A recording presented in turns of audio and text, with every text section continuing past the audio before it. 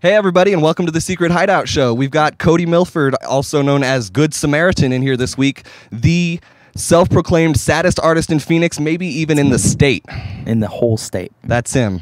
I've been watching him play shows for several years at this point, going back to, what, 2012? When was your first show? 2014. 2014? Yeah. Wow, maybe I was off then. Yeah. Several years at this point then, 4. Yeah. But I've watched him grow quite a bit, and we had some humble beginnings at the what used to be called the Lo-Fi Coffee Shop at the front of the Nile. Hell yeah. So tell us a little bit about that. Oh man, yeah, Lo-Fi was an incredible experience. It was like you said, it was my very first show. I had no idea what to do with my hands, and I kind of still don't. But yeah, it was just me and my producer who had a guitar, and I was spitting some poetry, and I was just learning how to sing. Like that month, I finally learned how to sing, and then I sang in front of a small group of strangers, and it was a terrifying experience. But I feel like I'm a little bit better since then. I would agree. I mean, I saw you at your first show, and I mean, we brought, bring out something a little bit throwbacky, I guess, would be your first song, My Hazel. Let's talk a little bit about that.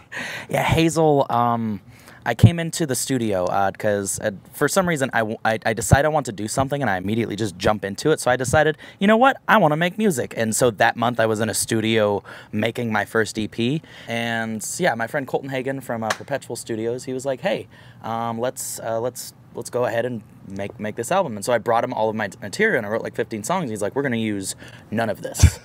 None of this is good. Oh, wow. Was it the lyrics? Was it what?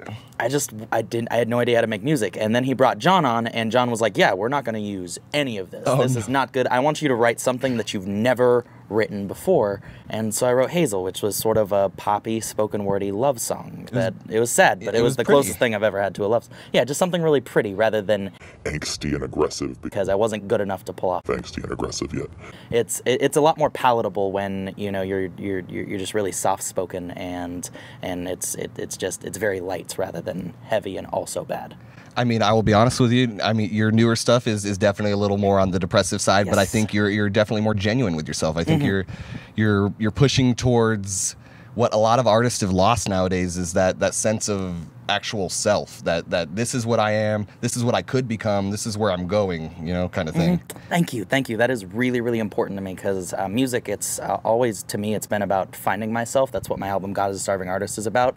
It was when I lost my religion and I was looking for a purpose, and so ever since then, when I found my purpose in music, it's always been about what am I, and what do I stand for, and just what is me. So I'm glad that's being projected how I've wanted it to be. Yeah, and it's definitely coming across. I mean, you can see it in the live performances. Cody is, mind you guys, I've cried probably 4 times at a concert, and 3 of those were live performances by Good Samaritan. Oh man. One of them probably being the worst time I've cried was at his EP release show for his EP called I Never Thought I'd Write Songs About You, which please go check out on Spotify, because his hit Another Scar is beautiful. It's phenomenal. Let's see that one.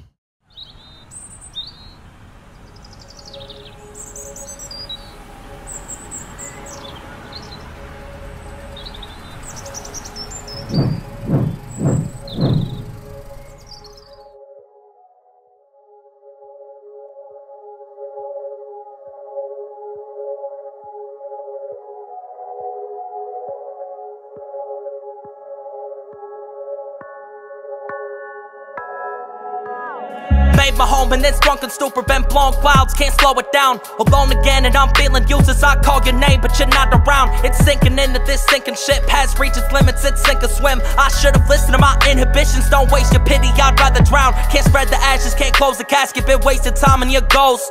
Keep looking back, try moving past it, I feel it more than I show. You're gone and I'm forgotten, I'm alone and lost without you. Still feel your presence, reread your message telling me to just let go. I hear your voice, it resonates deep in my soul, I can't escape it. Holding on for better days, been lost of words, I gotta chase them. She ran away when I tried to chase her, I drink it straight. My pride to chase her, my vision blurs, I start to waver, each picture's perfect, I can't erase her.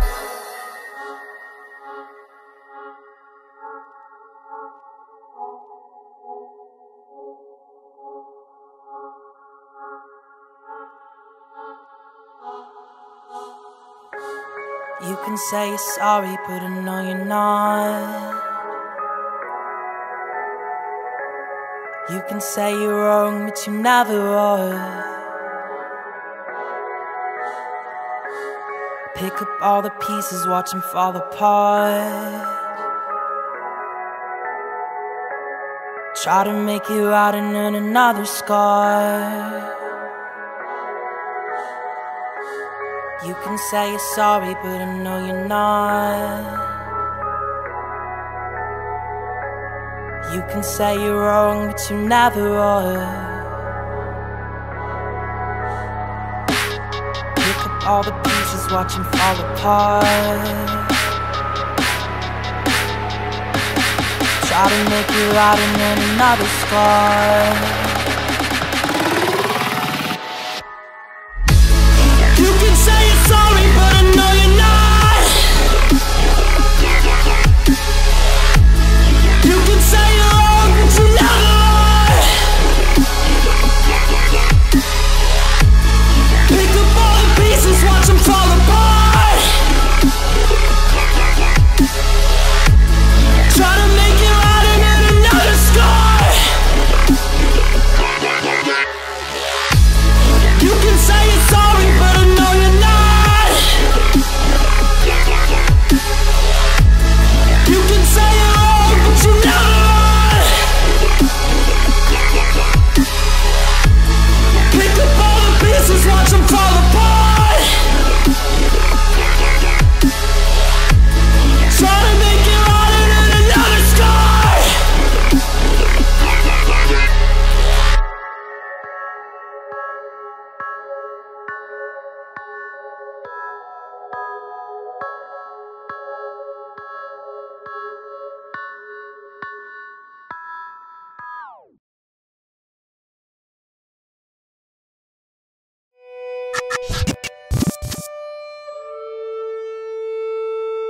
Music, like any art form, can easily be taken for granted. Mozart was the first independent artist to ever be paid for a commissioned musical composition. That would have been sometime around 1785. Since that first transaction, music has been a form of artistry that rewards composers and writers for their talent. Today's young bands hold lofty ambitions of making a career out of music, but with an unlimited amount of free entertainment options, live show and concert attendance is flat, and there is an irreversible decline in the desire to buy music to own. Younger generations still want to listen to music, but have been conditioned to believe it should be free, forcing the question we're all thinking but are too scared to ask. What would happen if artists couldn't afford to create new music anymore? What would happen if the music just stopped?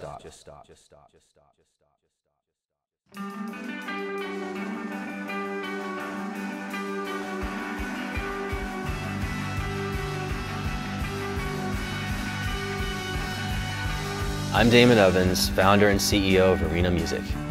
Arena Music is the most innovatively disruptive business model the music industry has seen since Napster. It stands alone from other platforms that solely rely on subscription revenue by leveraging free music streaming to attract the listeners we convert to merchandise customers. Arena was formed by working backwards into the solution. We started by saying we want to pay artists a full penny per stream. Then we set about the task of figuring out just how that could be done. When you hear about an artist streaming 10 million tracks on Spotify, or that an album has been in the top 10 at Pandora for 2 weeks, it sounds like a really big deal, but you have to understand how paid subscription services work. From every monthly $10 subscription payment, the platform keeps $4 for overhead, leaving just $6 to be divided between all the tracks streamed by that user in a 30-day period. It's a little-known secret that the most commonly used streaming services are either financed by the major labels or in some way partnered with them. So all this really means is that the deck is beyond stacked against independent artists. It's easy to guess which tracks and titles will get the lion's share of that remaining $6. As a result, artists are struggling to manage the decision between growing their fan base by streaming their music or monetizing their content through some other means while limiting when and how their music is streamed. This is why we say music subscription services or where musicians go to die. This is clearly evident in the fact that not one single subscription platform in existence today, whether publicly traded or financed through multiple rounds of venture capital, has ever turned a profit. Subscription revenue alone simply cannot advance music creation.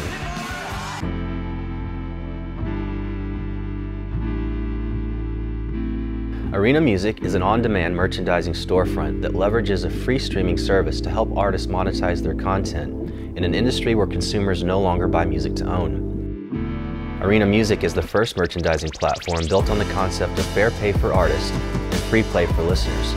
By leveraging music as a loss leader, Arena is helping artists and labels redirect consumer attention to exclusive merchandise offerings.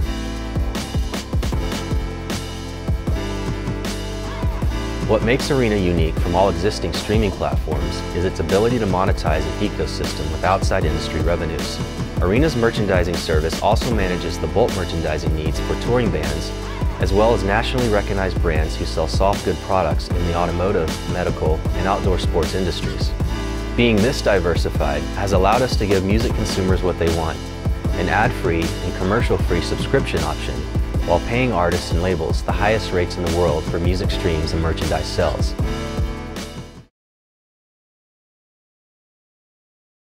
So if you guys want to watch it again, where can they find it, Cody? You can find it on YouTube. Everywhere at Good Samaritan Rocks right now. I'm going to be changing that soon, so get me while you can. But yeah, it's also on Facebook at Good Samaritan Rocks, and you can listen to it everywhere. Spotify, Apple Music, a place called Deezer. I don't know who uses Deezer, but that's one of my more popular places that I'm being played on for some reason. Just everywhere you can find music, you can listen to it, and the video is also really good. Shout out to John Hazemeyer for making that video for me. Yeah. That man is a beast. He's amazing. I mean, he's done a lot of local stuff. Everybody from what he did, Greyjoys and I believe so. Yeah. Him? Yeah. And Eric, did he do one with Eric Klassen too? Oh yes, he does a lot of ETC's videos. Yeah, he did one with Eddie Wells, I believe. Okay. That one was shout really, out to really Eddie sick. and Eric. They're amazing. He did It's All Grizzlies. Oh yeah. We were there. Oh for yeah, that. I was there for that. We were in that music video. Yeah, just all around. John Hazemeyer is incredible. If you're watching, buddy, keep it up. But it is true that every last one of us ought to have been in hell a long time ago, and nothing but the mercy of God is keeping us from being dropped into hell right through this floor this morning. I can tell you, when God Almighty's got it written down, right there in his books for some lost man this morning, when he gonna cut you off, kill you, get rid of you, burn you. You've fulfilled God's air long enough. You've blown your breath of unbelief and rebellion in his face long enough. One day, he's going to do what he says he'll do. Cut you off. Cut you off.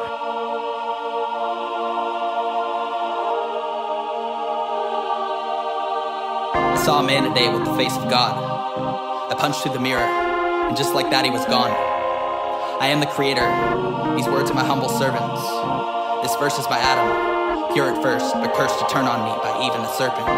My own words fail me. I'm failing to find the purpose given to me by the man or machine that has written me into existence.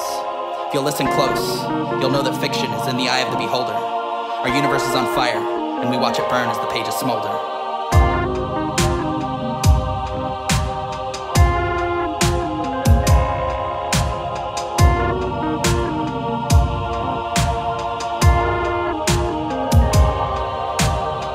Is a blindfold. Reality is relative.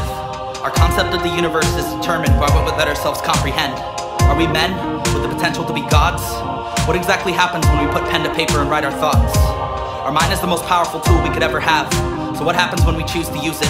Do we create new worlds every time we draw or make music? Creativity may be the key to creation. A page in a book could be a look inside a separate realm that the author instated. What if our God is a starving artist, and our lives begin and end on just a piece of paper? Is this our reality? We just...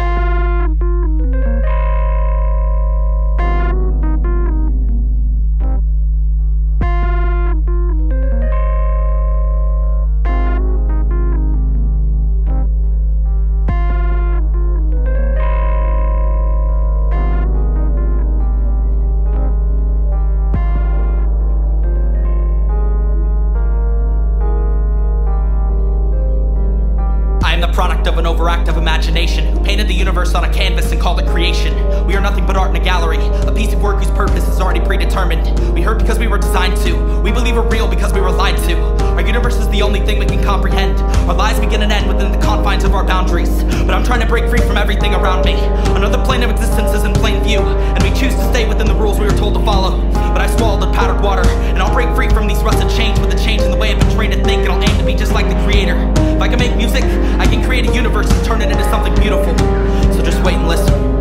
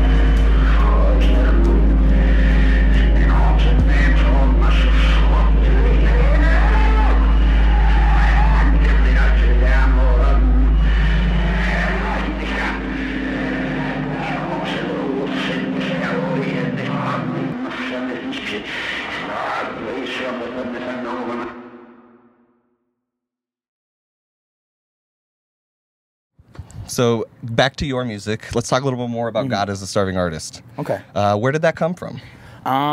Yeah, like I said, I around the same time I was making my first EP, I was having a falling out with my religion, and I wasn't the type of person who just went to church and went about my day. It was my life. I was going to church 3 times a week. I was reading my Bible every day, ever since like the age of 5. It was just my identity. Okay. It's what I identified myself with, and around that time is when I started experiencing like severe anxiety and depression, and just really questioning everything about everything. And so around the time I fell out with my religion, I started really falling in love with music. And what sparked the idea of God as a Starving Artist is actually my favorite rapper Idea, who sparked my existential crisis.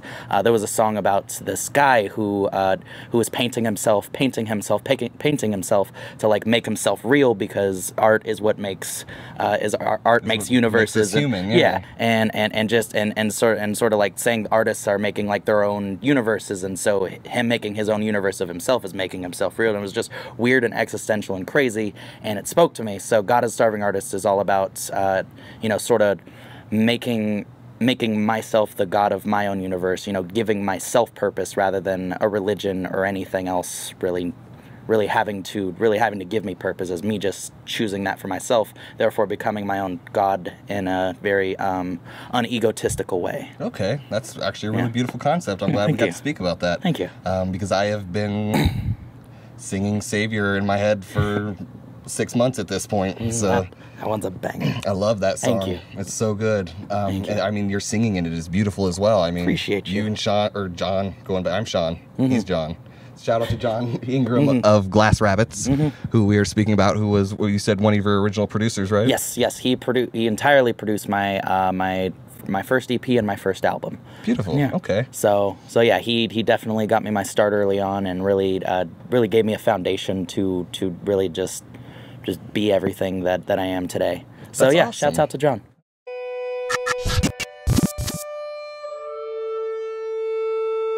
Music, like any art form, can easily be taken for granted. Mozart was the first independent artist to ever be paid for a commissioned musical composition. That would have been sometime around 1785. Since that first transaction, music has been a form of artistry that rewards composers and writers for their talent. Today's young bands hold lofty ambitions of making a career out of music, but with an unlimited amount of free entertainment options, live show and concert attendance is flat, and there is an irreversible decline in the desire to buy music to own.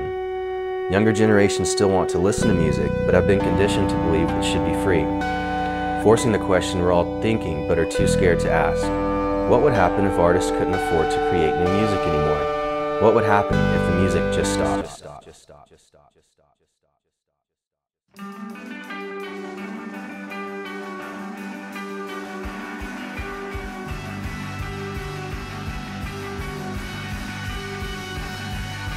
I'm Damon Evans, founder and CEO of Arena Music. Arena Music is the most innovatively disruptive business model the music industry has seen since Napster. It stands alone from other platforms that solely rely on subscription revenue by leveraging free music streaming to attract the listeners we convert to merchandise customers. Arena was formed by working backwards into the solution. We started by saying we want to pay artists a full penny per stream. Then we set about the task of figuring out just how that could be done. When you hear about an artist streaming 10 million tracks on Spotify, or that an album has been in the top 10 at Pandora for 2 weeks, it sounds like a really big deal, but you have to understand how paid subscription services work. From every monthly $10 subscription payment, the platform keeps $4 for overhead, leaving just $6 to be divided between all the tracks streamed by that user in a 30-day period. It's a little-known secret that the most commonly used streaming services are either financed by the major labels or in some way partnered with them. So all this really means is that the deck is beyond stacked against independent artists. It's easy to guess which tracks and titles will get the lion's share of that remaining $6. As a result, artists are struggling to manage the decision between growing their fan base by streaming their music or monetizing their content through some other means while limiting when and how their music is streamed. This is why we say music subscription services or where musicians go to die.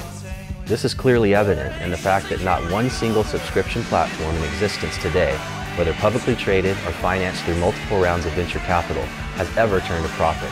Subscription revenue alone simply cannot advance music creation.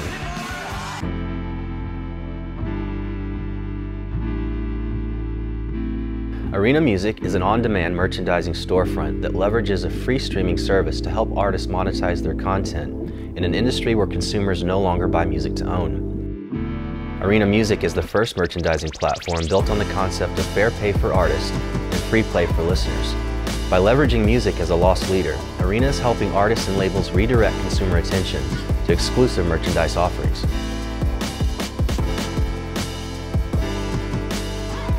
What makes Arena unique from all existing streaming platforms is its ability to monetize an ecosystem with outside industry revenues.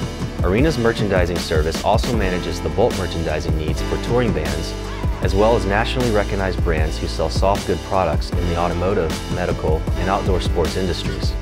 Being this diversified has allowed us to give music consumers what they want, an ad-free and commercial-free subscription option, while paying artists and labels the highest rates in the world for music streams and merchandise sales. So along with your new EP, you seem to have come upon a better sense of self, sort of a sense of purpose and positivity. Let's talk a little bit about that. Oh, yeah.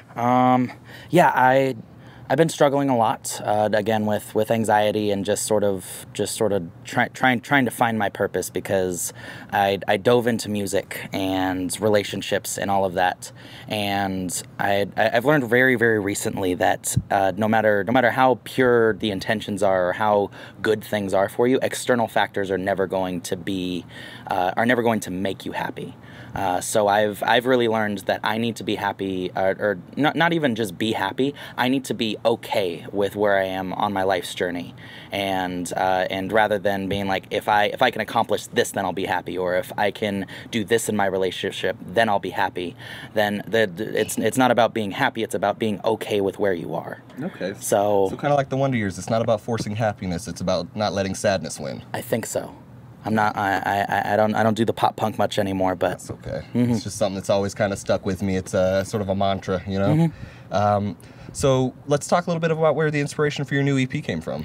I never thought I'd write songs about you. Yeah, hardcore heartbreak, dog. Such a beautiful title too. When I heard that, I was like, "Ow, that hurts. That hurts." Yeah, it was about obviously a relationship. I was with this girl for 4 years, and at the end of it, just found out she was never really in love with me or really felt romantic towards me. She just didn't know what that. She's more in love with the idea of you. Yeah, more in love with the idea of being in love, because it was her first relationship. So it was just about recovering from that, because I didn't feel that way about her. Like I was really, really committed to that and making that work. And yeah, just really about me coping with, you know, the person that I never thought I'd write songs about, because all my songs are sad songs. Yeah. Wow, that's okay. Yeah. Interesting. So do you have any plans for some new material coming up? Is there anything that you're Man, maybe that you can't talk or you can talk about. I want to talk about it. My problem is I start like 5 projects at once. I make a couple of good songs for each project, and then a lot of projects get lost in the shuffle. And so a lot of my best stuff is just stuff I'm not sure if I'm ever going to release, because I like to have plans for things. I don't like to do things. Come on now, the guy's got a vault full of yeah, no, geniuses. at this point I have thoroughly princed you guys. I have so much material that I'm just never going to drop. Wow. But yeah, I've got some big plans. I'm hoping to drop one project this year along with some singles. I don't want to talk too much because, like I said, things change daily for me. Okay. Do you have any plans for shows coming up then? I've actually decided to take a little bit of a break from putting on my own shows. Okay. It's sort of becoming too much of a hassle to both promote and do my own shows.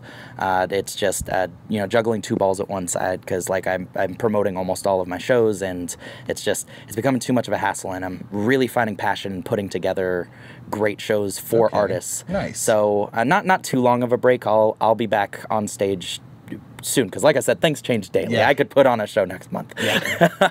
But as of right now, I really just want to keep working with amazing artists, and just put my people who come to every single show. And thank you guys, by the way. Just everybody who comes to all the shows. You're incredible. Everybody else is incredible who keeps coming.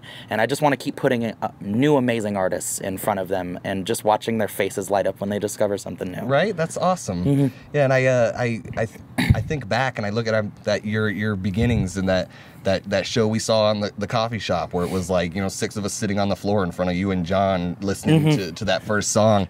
And then I look at the fact that you've sold out like 3-4 shows last year. Yeah, 4 shows. That's 4 insane. shows. Intense. That was, I couldn't sell that many tickets in my life, dude.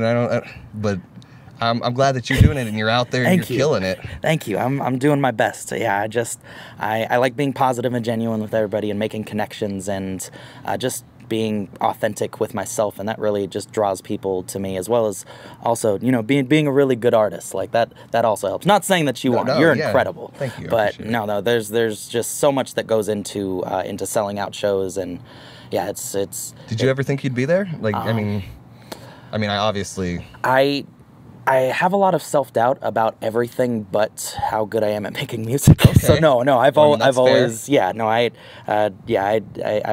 keep a healthy ego about what I can do as an artist. Okay. I don't let it get out of control, because those people are just the worst. But I've always had full confidence in myself, and I've grown frustrated on how am I going to do this, but it's never been a question of whether am I going to happen. do this. Yeah. It's just when is it going to happen. Okay, so I know you've been developing a lot of really healthy, positive coping strategies and things like that. Would you care to share any with us? Maybe they could help some of our viewers. Yes. A big thing for me, and a lot of people chalk it up to like hokey bullshit, but meditation. I don't believe in the spiritual awakening and all of just becoming one with the universe and stuff. But there's so many scientifically proven things that meditation does, like deep breathing exercises and mindfulness, which is just focusing on the present moment rather than letting your mind wander to the future or the past, where a lot of the negative emotions come from. If you focus on the present and what you're enjoying about this moment, and just every single time you find yourself getting caught up in what's going to happen in a little bit, or oh no, why did this happen to me, a couple of months ago, or oh god, what's just everything that's not in the room with you right now, just gently bringing yourself back. That's huge, and meditation is a beautiful practice for all of that. And it's not some spiritual hokey bullshit. You go to trained therapists, you go to psychologists. This is something that they're going to tell you to do. Of course, yeah. And I look at it like this. When I was in college, I had this ethics class where we talked about philosophers and their varying views on the world. And there was a guy named Epictetus, who was a Greek philosopher, who said, "Grow angry not with the things that you can or you can't control, but try to learn to control the things that you can. Essentially, let all the rest go." Yes. And that's something I've tried to live by myself as well. You know? No, and that's really just in my opinion, the best way to live life is not to try to block out all the bad. It's to put yourself in the best position to, you know, receive the good things in your life and sort of and just endure the bad things, because the bad is going to come. You're not always going to be happy. You're not going to be able to stop it. But just knowing that you are in the best you've put yourself in the best position to deal with the bad things. Like it's so important for mental health, and just not having mental breakdowns, which is, in the past month since I've been focusing on that, I haven't had one. That's amazing. That's awesome, dude. And it was getting to the point before I really committed to my mental health where it was a weekly thing, and it was bad. It was a couple times a week, actually. I was in a really dark place before I just made this transition, and it's just night and day. It's all about changing your perspective and just focusing on what you can, like you said, what you can control, and then just learning to endure what you can't. That's fair. I mean, and I'm. Let me just say this: I'm so glad that you're still here. That as with everybody, like with their own issues and things, they tend to not reach out. And I'm really glad that we've developed as this friendship of we can come to each other when we have issues, or when you know you and I are having a bad day, or if anything, we've got that positivity. We've got each other's backs, you know. And you'll never not have that from me. Thank you. I appreciate that, and you'll never not have that from me. I'm always here. That's awesome, man. So I'm going to do a song called 3,688,382 Seconds. Okay. It is a song. It's a song I wrote off of my new EP. I Never Thought I'd Write Songs About You. It's just some of the most personal stuff I've ever written. I always try to make it more personal than my last stuff. So I don't know if there's ever going to be a rock bottom for that. But yeah, it's just a really personal, just. When you played the EP live, that was about the point where I started crying, and it was like, here we go, I'm done for the night. Like this is, and then when you had Sydney Sprague, is that Sydney how you say her last name? Mm-hmm. With that, yeah, he performed. Yes, I do. Mm-hmm. Yeah, they love her. Yeah, she was on my EP. That's my peeps. Yeah, she did a guest vocal spot on the EP. Mm-hmm. Yep, season 1 alumnus. Awesome. Yeah, no, she's incredible. Yeah, that was right when she came up on stage and started singing with you. That was I was like, done. Yeah. Just tears, done. Yeah. I can't handle this anymore. I'm in the back just crying. People are looking at me. I'm like, you don't understand. I couldn't handle it either. I was bawling right there with you, man. And yeah, no, I'm going to gush about Sydney and then get back to the song. That girl is just probably the best live performer in Arizona. Yeah. Just all around amazing. Incredible, great person, just great vocalist. Every time there's something different on stage, and I'm so glad I was able to work with her. But those two songs are easily the most heartfelt and most difficult to perform, just because I wanted to be really personal without being negative, because the person I wrote the EP about, I never want to trash feel them, like she's or feel like it was her fault or that she was a bad person, and so just really reaching into the bottom of my soul and pouring out how I feel without making it negative. It was a cathartic experience. Beautiful. Yeah. Well, speaking of pain on stage, I've seen from a couple of shows you've played, you have a bad habit of injuring yourself. Yes. I have a degenerative hip disorder, Legg-Perthes disease, but it's not really a disease. It was just something that happened when I was really young, and so my hip it sort of just crumbled and then grew back weird, and so like my entire lower half of my body is just weaker than it should be. So I've been told I need to calm it down on stage, but fuck that, that's not punk rock. Fuck that, that's not punk rock. Fuck that, that's not punk rock. So, I'm frequently spraining my ankles, hurting my knee, messing up my hips. I'm not doing too great today. I just had a banger of a show last night. So, I hurt myself a lot, but it's worth it, and I'm going to keep doing it until I cannot do it anymore. Okay. So then, obviously, we've talked about some of your influences as far as your past work goes. What do you feel like is really influencing you nowadays? Right now, Boy Genius is a big influence of mine right now, which sounds weird because I'm mostly rapping these days, but the melodies and just the heartfelt lyrics and just the stuff that punches you in your soul, they've really been influencing me. I've been getting into this band called Soccer Mommy recently. Soccer Mommy? Yeah. Yeah, Okay. they, just another sad folk girl. Okay. Kind of music. Sydney is a big influence on me. Ever since I've met her, it's just sort of been I'm even more driven than I used to be, because there are people out there who are just better than you'll ever be, and it's not fair. So I'm going. It's not fair. So we got to work towards so it, right? I'm gonna work 10 times as hard, so I don't feel inadequate anymore. Okay. And I'm just Jaden Smith is a big influence on me. A lot of people hate Jaden Smith. Holy crap, that man can make music. I can't say I know most of it, but I can definitely see where he's got the talent and the drive. Yeah, I would recommend anybody check out the first 4 songs on his album Sire, B-L-U-N-E.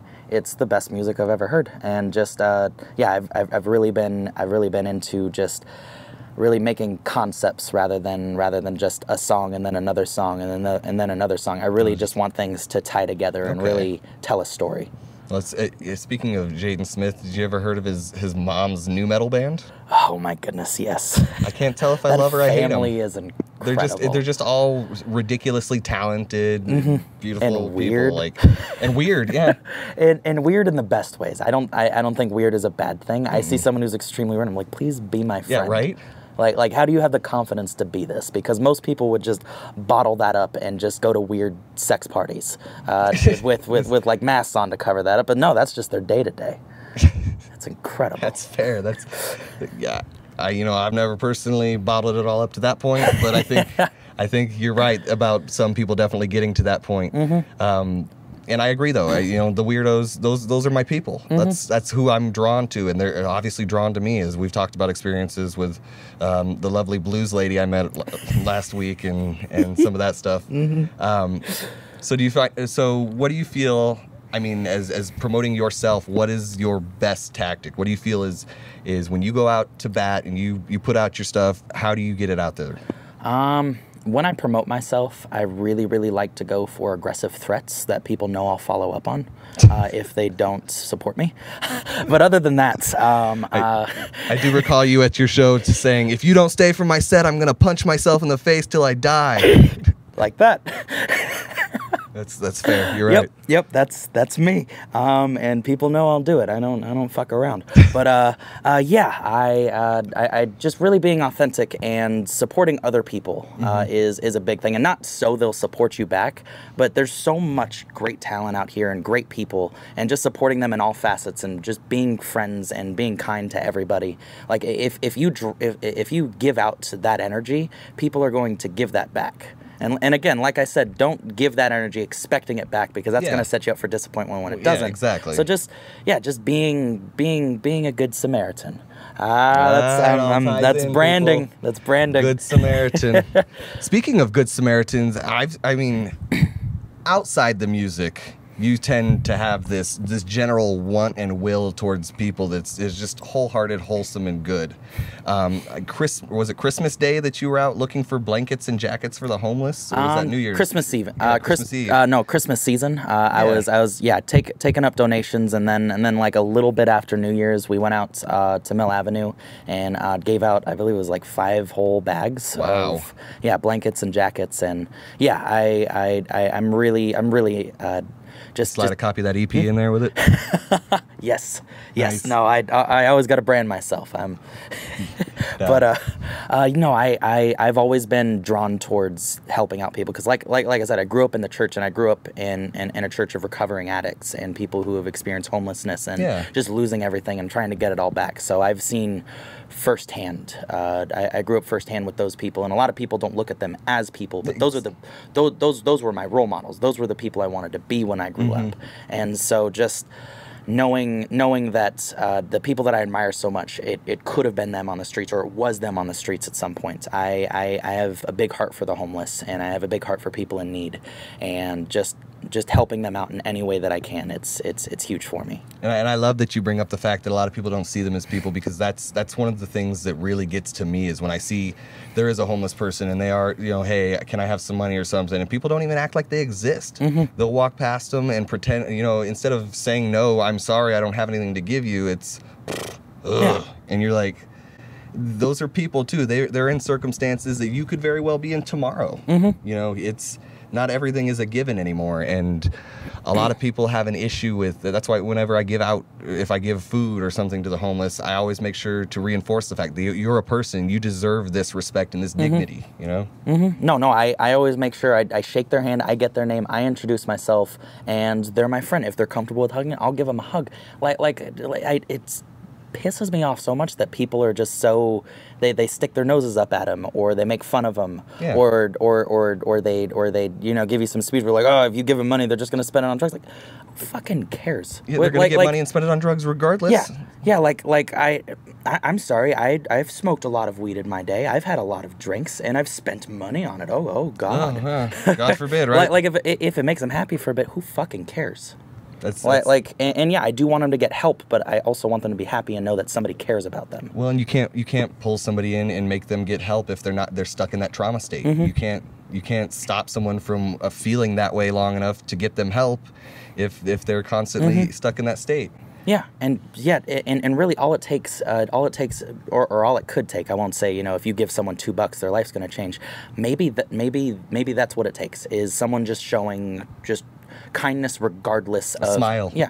Hello. Hi. Yeah, just something small, and eventually you're going to, it all adds up. Just put out good into the universe. So would you say then that is your overarching theme of your project and your personality and what you represent as a person? Yes, I really do. Because my music, I make the music for a sense of purpose, but I also make it. It's very dark and depressing music, and it's very down. But it's to show I get no more satisfaction than when someone says, hey, you spoke to my soul, and just letting them know that, they aren't the only ones going through it, that it gets better. And that's really what drives me whenever I'm down, whenever I'm really, really down, is my message is it does get better, and being good always wins in the end. So just helping out everybody in every way that I can, that is definitely beyond the music, beyond the branding, just beyond my own ambition. Is I want to leave this world as good of a place as I can. As much better place as you can. Yeah, I feel you. That's definitely my message. You heard it here first, guys. Cody is a good Samaritan at heart. He wants to make sure that the world feels loved, and he wants you to know that it does get better. It does.